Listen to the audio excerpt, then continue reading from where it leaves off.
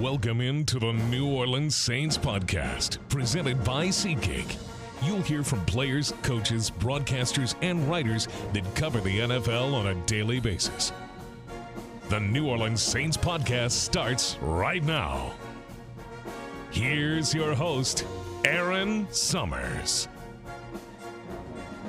Welcome into the New Orleans Saints podcast. I'm Erin Summers. Today we are talking defensive back prospects heading into the NFL draft. It is so close, April 24th through 26th. To give us all the insight we need on the DBs, we're bringing in Saints legend Roman Harper, an always entertaining guest and very knowledgeable. Here's Roman.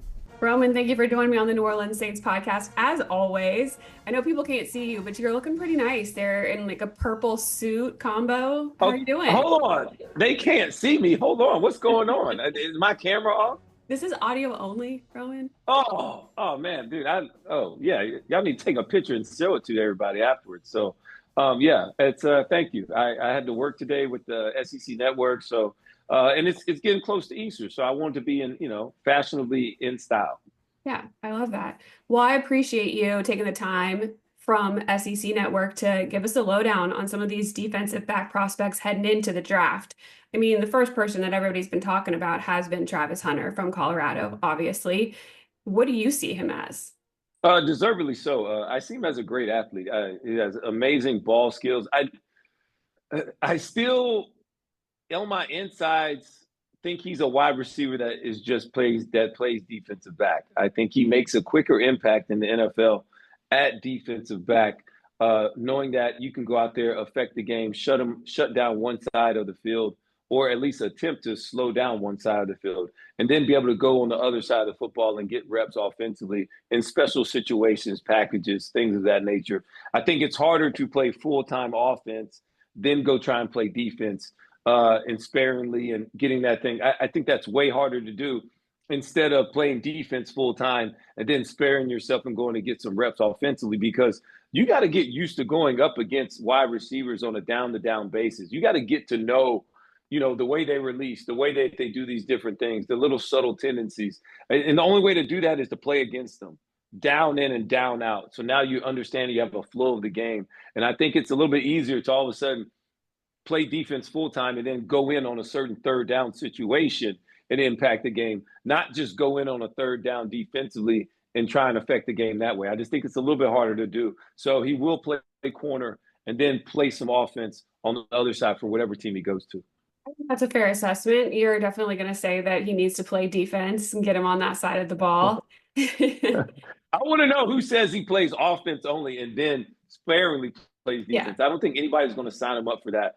He does need to put on some weight, though, because at some point in time, some offenses are going to build their offense around where they're going to block down and make him have to tackle the running back. I don't like my corners at 170, a low 180, especially as tall as he is. He needs to be a little bit thicker as far as his weight is concerned, just so he can take the pounding and the beating of what your shoulders and the involved. It's just a more physical game in the NFL, just more grown man game. And he'll be fine because he's a superior athlete with great ball skills.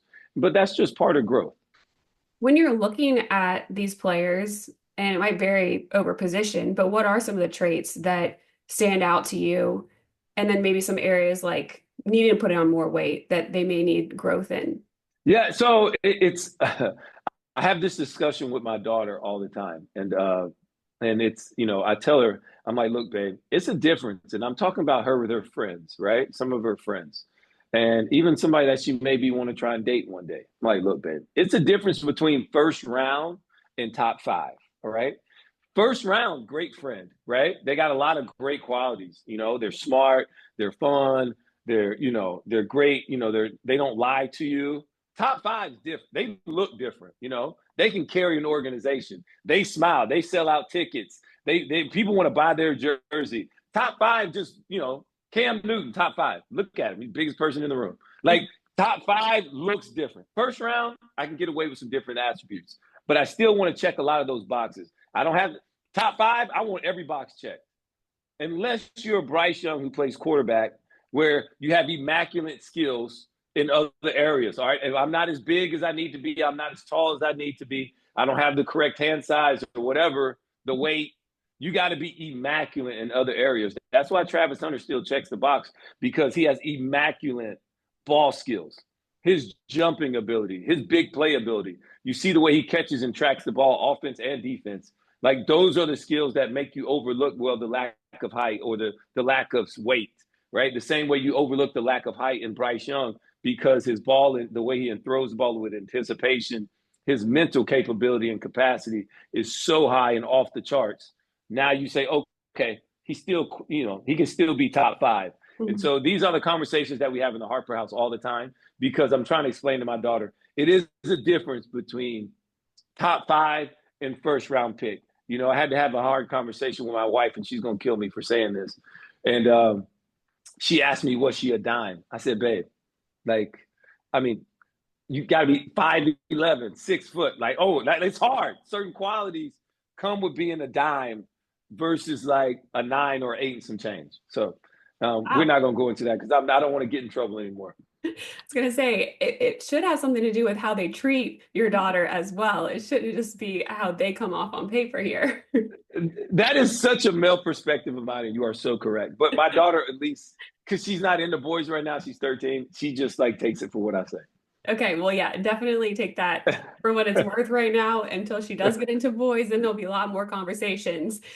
Speaking of other cornerbacks in the draft, who's next off the list after Hunter? So that is a very intriguing conversation right now. I think it's I know it's either going to be Jahdae Barron of Texas, who I really, really love, another player that showed the ability to play in all different places. He played free safety before early in his career. He played nickel this year, played outside corner, had the ability to play man-to-man coverage, smart, instinctive, made a lot of plays, and was willing to tackle, tackled extremely well in space. So he's a player, also won the Jim Thorpe Award for the best DB in college. So a lot of accolades won on a really good team, a player that decided to come back to college and improve his draft stock and did all of those things. So I really, really like him. Also ran well and showcased his skills in that side of it. Will Johnson from Michigan is the other corner who's going to be in the running for being the second corner off the board. He's got great size. He's 6'2". He can run, does have straight line speed. We don't know how fast he's going to run.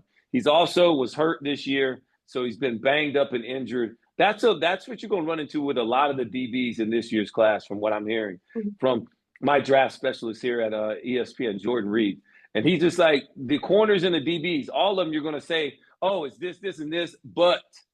And so with Will Johnson, it's a but. He's been injured a lot. We don't know exactly how fast he's going to run as far as straight line speed. He's also more of a zone corner, is what they did at Michigan specifically. He didn't play a lot of man-to-man reps, so you don't know how good he's going to be in those situations. So where you go or who you are when you draft Will Johnson will matter as well as that second or third corner off the draft board.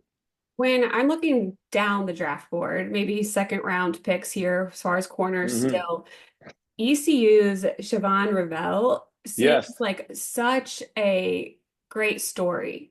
I mean, he was an Amazon warehouse worker, went to an open tryout at ECU, got offered a scholarship on the spot, and really changed his life. He ended up getting hurt, but he stuck it out. And now, he's a second-round prospect. So when you hear stories like that and the perseverance that this player had, where does that rank for you when you're looking at players?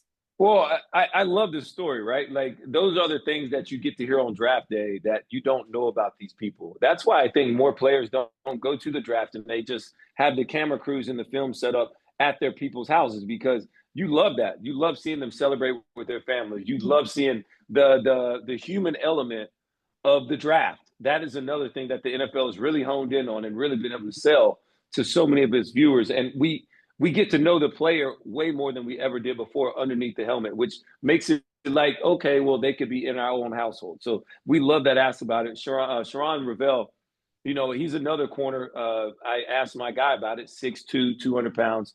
He said super athletic, but tore an ACL. And so in the fourth game. So he's another player that had first-round ability, first-round talent, but now is probably going to fall to that second-round range because of the torn ACL. And, that's the difference, right? First round, I don't need injuries. Can't have an injured one in the first round. You just don't get drafted after ACL their senior year. That is what happens. That's how you fall to the second round.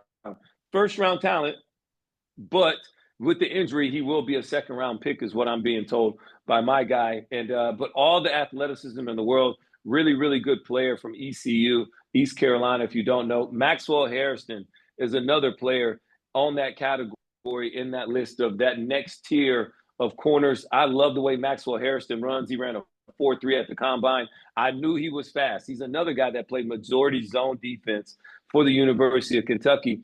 But the way he moves, the way he flips his hips and can turn and run, he's the guy that you think that, you can envision him playing more man-to-man coverage at the next level because of his abilities and who he is as a player. But maybe you don't love the size. He's a guy that's going to be in the 180s as his weight-wise, where a lot of people want their corners to be at least 190. So that's another knock that you may see from Maxwell. But I know him personally. I got to meet him in a couple of different specials as I got to cover the SEC the last couple of years, and a genuine great young man with a bright future. And I'm really excited for him to have a great workout at the combine and for him to actually be able to get his name called in this draft process. Yeah, that's Harrison out of Kentucky. But when you look at the safeties, all right, Roman. Oh, Erin, could I mention one more name? Yes. And this guy may be my favorite as far as like just the tape. And that is Trey Amos, cornerback out of Ole Miss. Former Alabama player, transferred to Ole Miss this past year. Probably the best press man-to-man coverage corner in this draft. I love his tape. I love his ability. He's a guy that nobody's really talking about. The one concern going into the draft process that everybody wanted to know was, could he actually run? He ran a 4.43 at the combine. I think he's solidified himself. He's over 6 feet. He has great size. He has great tape. He's a player that if you find him laying around in the second round, and I know the Saints may not need a whole bunch of more corners. I know they lost Lattimore, but they always draft in the first, second round. That's where they normally find their corners and DBs. He's a name that I would be extremely excited about because of the production and the tape that he put on tape the last couple of years. Two more guys, I guess, that I'd love to just mention. Then we can go to safeties because I actually did my homework. I actually did a little bit of homework there. So the other guy is Benjamin Morrison out of Notre Dame. The biggest concern with him, they said he has first-round talent, but the injuries are just bananas. He's had 2 shoulder surgeries and 1 hip surgery. I don't even know he's going to be able to work out or run or do anything before the whole draft process.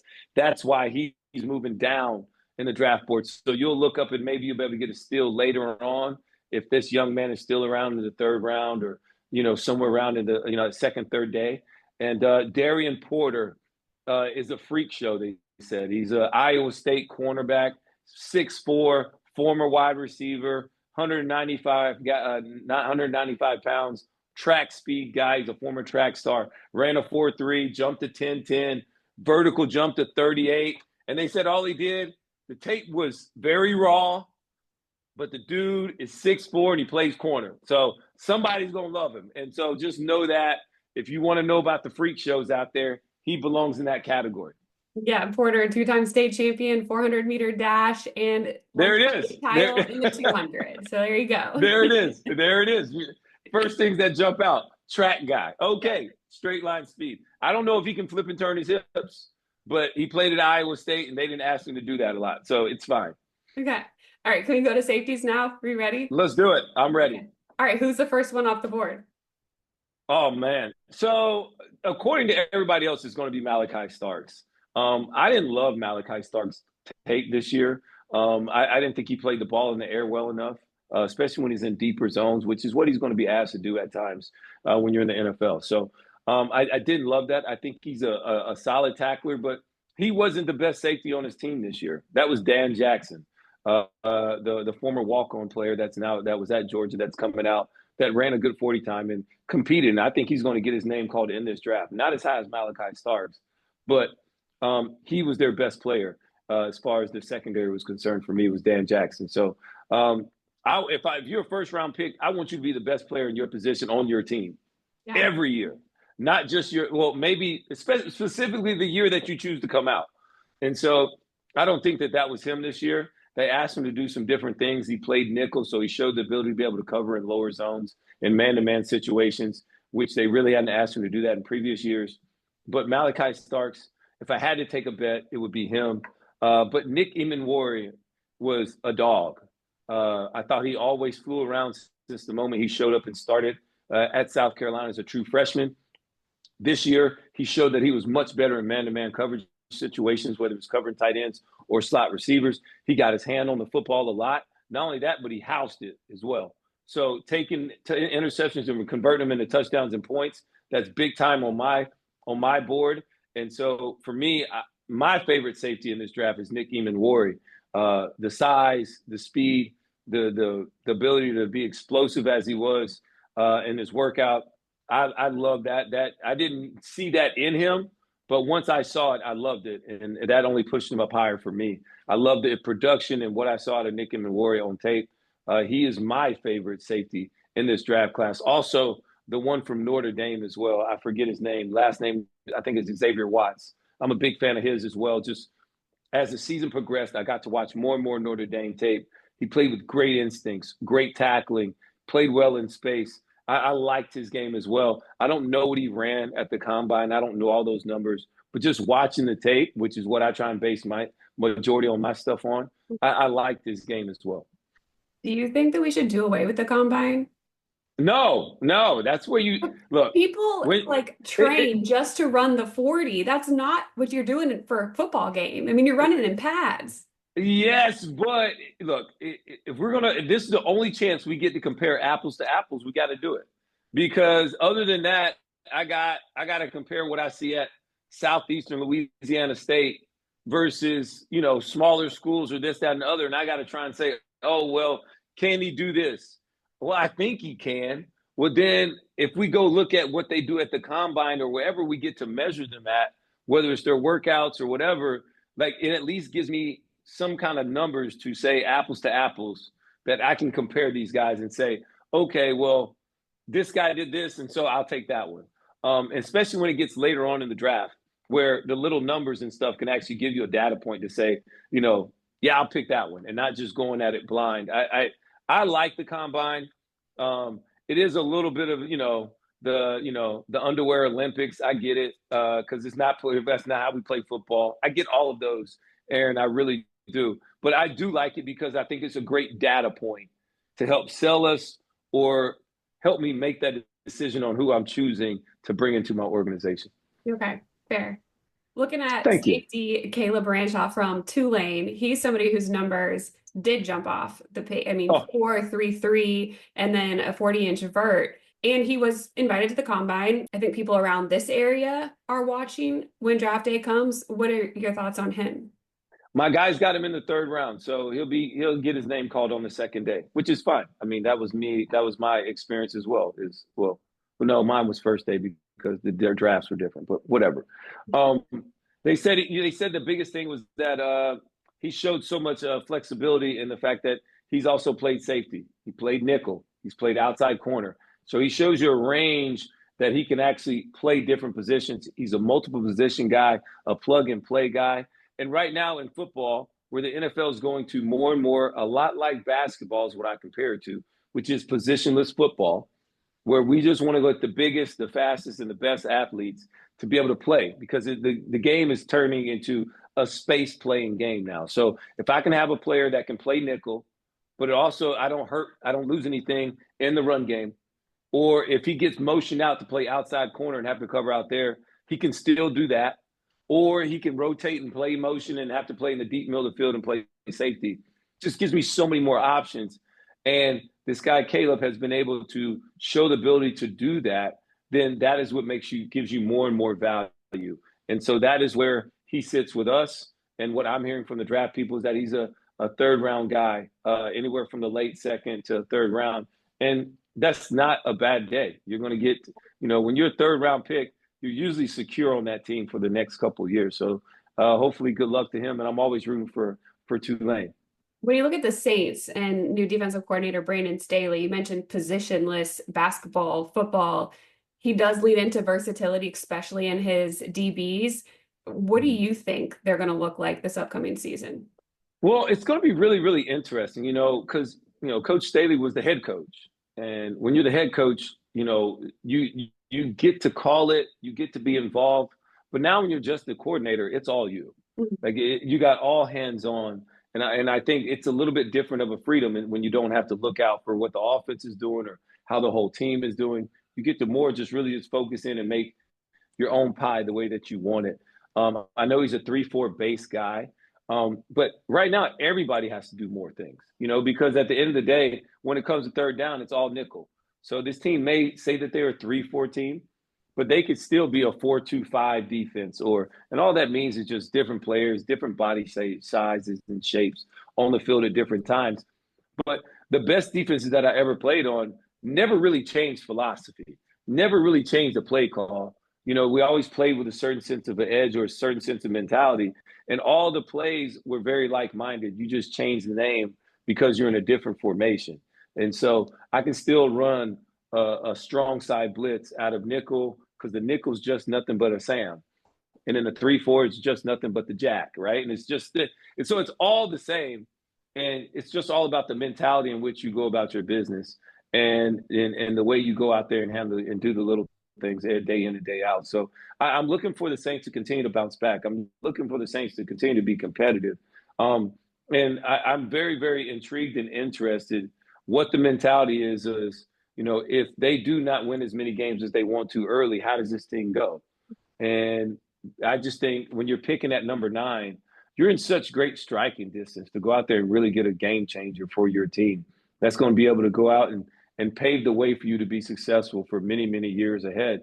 9 is a great place to be because you still got a lot of great stars on the draft board. You have a prediction of who it's going to be? Well, my draft guy just told me, there's no way the guy's there that I want. So mine is if the Saints, everybody's going to talk about if Shedeur Sanders falls to 9. I say I'm not willing to say you go get you a quarterback at 9. I think you could still – because you still got Derek Carr. And then behind him, in the building, it's secret rumblings. They really feel that Spencer Rattler could be a quarterback in the NFL. I didn't think he was ready to play at all last year because he got hit way too much in college. I saw him in training camp. His eyes were coming down. I'm just he's just had a lot of trauma in his football career that you have to be able to work through. And it's just so hard to do. And people just don't understand that. They want to rush the process so much. And people just aren't ready.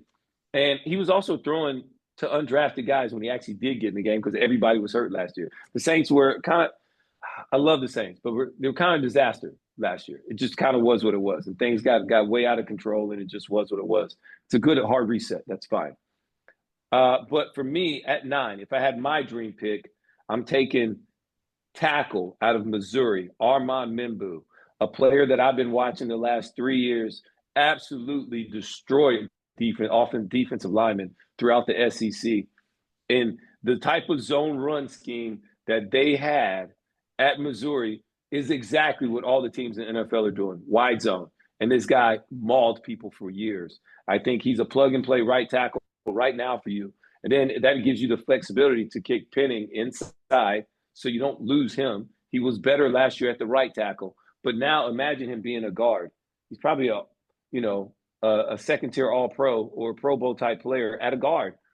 It happens all the time. And so I think if you can do that, I think you turn that name in immediately and you go back. The biggest thing is I don't know if he's going to be there. So if he's not there, looking forward to see what happens. But that's what I'm going for. Yeah. I should have had you on the episode last week. We were talking tackles with John Stinchcomb. No, hey, Stinch, he loves it. I'm pretty sure he loves a tackle. Will Campbell's another name that probably is going to get floated out there. I just know the Saints don't normally draft LSU players. I know Will Campbell's different, but that's another player that could definitely fall into that range. And then at that point, man, you got to look at what are your best defensive line or D tackles, right? If the Graham kid from Michigan falls to 9, the dude is a stop sign on the run game. He just can't move him. And I saw him 2 years ago when Alabama played Michigan, and I was doing my film study, and I couldn't stop watching Graham. He just stood out on tape because every play he was either in the backfield, disrupting something, fighting off a double team, splitting the double team. He's just rock solid, as good as a prospect as you're going to find. And if you look up and these kids starting to fall and slip to you, that's why I think 9's just a great place. Or this is another thing I was talking about. Well, if Shedeur Sanders does slide down to 9, you better call Pittsburgh, say, hey, what you want to do? You want to come up here and get this? Because like Mickey's got to be willing to trade back. And I know Mickey and those guys normally aren't big trade back guys. They will trade back in. But that is something you got to be willing to listen to, because you just got to look at what's around you. And if we still have that many holes to fill, and as a Saints, and you still got to be able to be forward thinking that this next year's draft class and the year after that 26 and 27 draft class, rock stars in that next 2-year draft class, where if you can get a couple picks for the 26, 27, the 27 is the real steal draft class, but 26 is another one as well. Okay, well, expect to talk to me going into the 26 and the 27. Okay, so just go ahead and pencil that in. Okay, I got it. I'll mark it down. I'll be ready, and I'll do my homework. I know. And I appreciate that so much. Where can we watch you leading up to the draft and your coverage? I'll mostly be doing the SEC Network. I will not be doing a lot of NFL draft drafting stuff. During the draft, I'm actually trying to get back into my country club's member golf tournament. So I will be playing golf the whole time. So I don't even watch it. I know I'm not getting my name called. And that's kind of the same way I treated when I was going through my draft process. I didn't anticipate being a first round pick. So I didn't even watch the first round. I mean, half of it was because I was out partying the night before and didn't wake up till the first round started. But Mickey and those guys knew who I was, so they drafted me anyways. And I'm just kind of the same guy. It's all good. Yeah, second round. And it turned out pretty well for you. It's not that bad. Everybody's so sad and this, that, and the other. And it's like, dude, get over yourself. You're still one of the highest, out of how many people get picked, 200 and something? If you're in the 40s or the 30s, it's just not that bad. You're okay. Well, I'm looking forward to the draft. I hope you enjoy the golf. I hope you get back in the tournament and, show them what you got. Well, thank you, Erin. I appreciate it. Who do you say the Saints take at 9? Go. No, I'm not doing it. I work for the team. That's so not fair. That's so not fair. That's why I have you guys come and talk. That's so not fair. Who did Stint say that they're going to take at 9? I don't know if I asked him. All right. Well, start gathering opinions. I'd like to know. So thank you. I will report back. Appreciate it. You have a good day. Thank you, too. All right. Roll Tide. As I said, Roman is always going to be entertaining. Next week, we are going to dive into the NFC South, take a look at who the Falcons, the Panthers, the Bucks are thinking about drafting, who they got in free agency, and early expectations for next season. Don't miss it right here on NewOrleansSaints.com or wherever you get your podcasts. As always, thanks for listening and have a great weekend. Thanks for listening to the New Orleans Saints podcast, presented by SeatGeek. Join us 3 times per week on NewOrleansSaints.com, the Saints mobile app, or you can download the podcast on iTunes. We'll see you next time, right here on the New Orleans Saints podcast, presented by SeatGeek.